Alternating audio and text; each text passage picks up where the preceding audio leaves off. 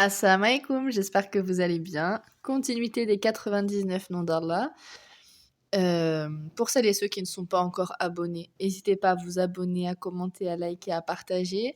Vous avez une playlist avec tous les premiers noms d'Allah qu'on a déjà vus. Donc une playlist noms d'Allah.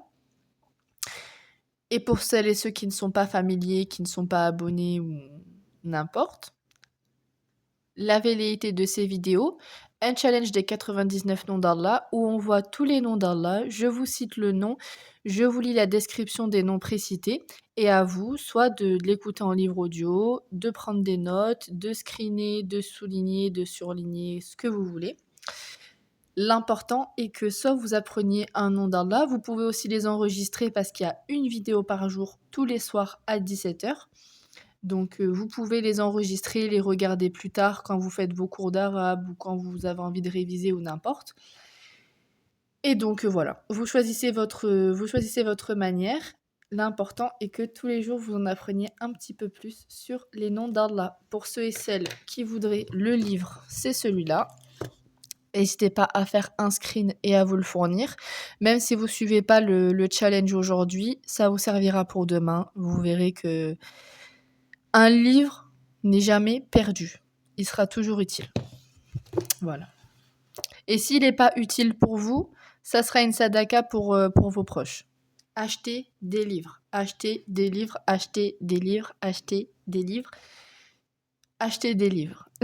Achetez des livres. Vraiment, achetez des livres. Genre, je sais pas comment... Je sais pas. Achetez des livres. Je sais pas comment vous convaincre. Je pense que je vais essayer de trouver des éléments de persuasion et je vais vous faire des vidéos sur le fait d'acheter des livres. Même si vous ne les lisez pas, achetez des livres. Tôt ou tard, vous en aurez besoin ou votre entourage en aura besoin. Voilà, avec les informations qui tournent aujourd'hui, avec le tout, le n'importe quoi, sur internet, on apprend tout et n'importe quoi, même de gens qui sont censés être... bref, je rentre pas dans le sujet, mais les livres, les livres, les livres, les livres.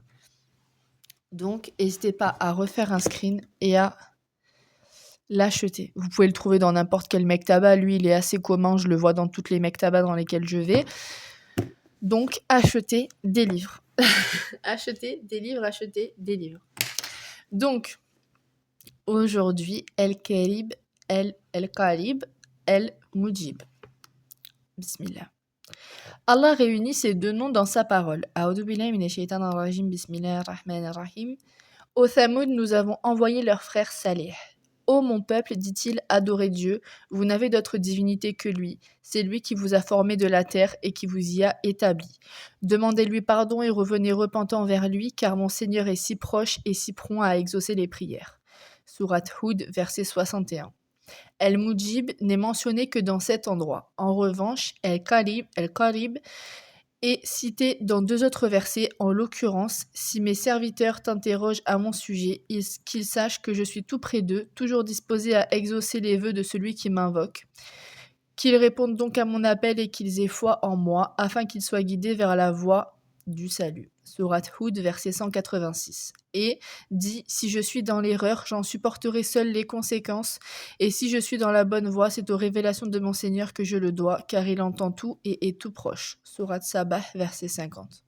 Cette proximité divine indiquée par ces versets est réservée aux dévots qui aiment Allah, l'invoquent et répondent à son appel. C'est un rapprochement qu'on ne peut appréhender réellement, mais dont on ressent les effets à travers sa bienveillance envers eux, la grâce qu'il leur accorde, le soin dont il les entoure, l'exaucement de leurs invocations et la récompense qu'il confère à ceux qui l'adorent. Le Très-Haut déclare, votre Seigneur a dit, implorez-moi, je vous exaucerai, mais ceux qui par orgueil refusent de m'adorer entreront tête basse en enfer. Sourate Ghafir, verset 60. Dans la Sunna, de multiples hadiths authentiques prouvent qu'Allah est proche de ses serviteurs croyants et de ses pieux alliés.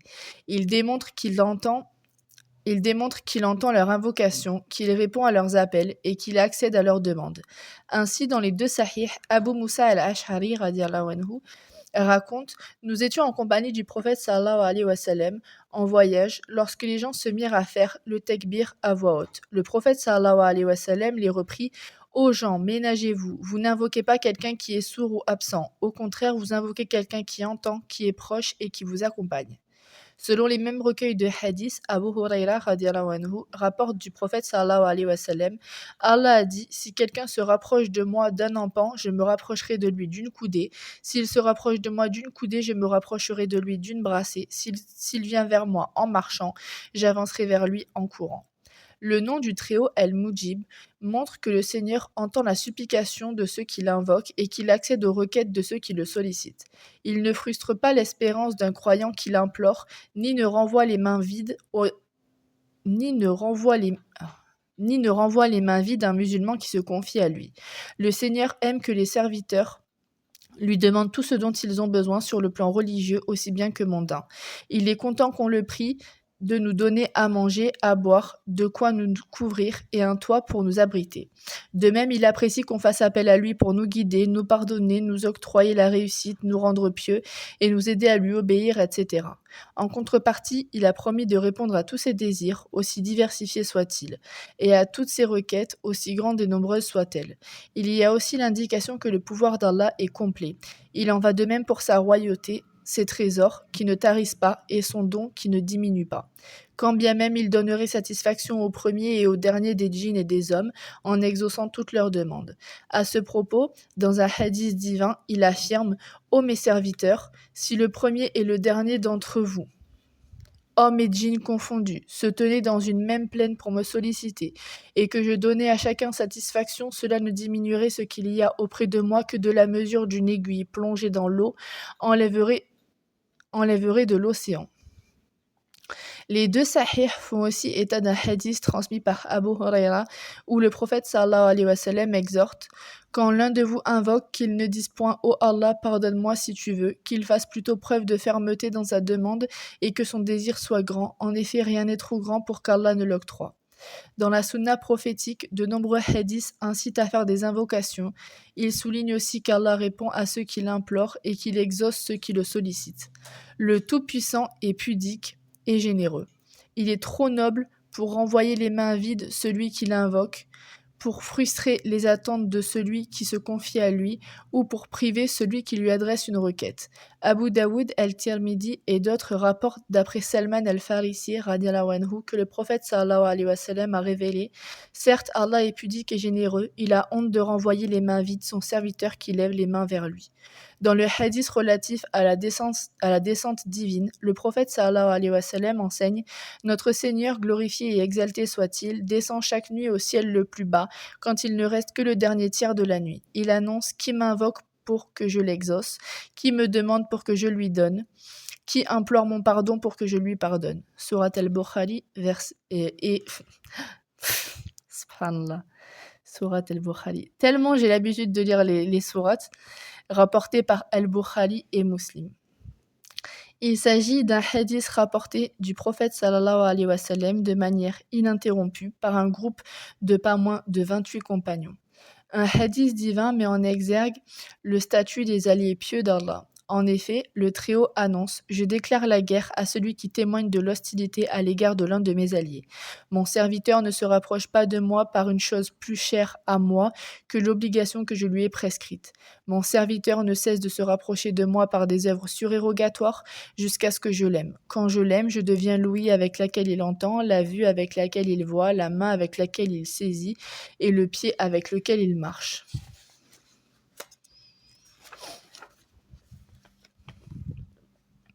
S'il me demande, je l'exaucerai, et s'il cherche protection auprès de moi, je la lui accorderai.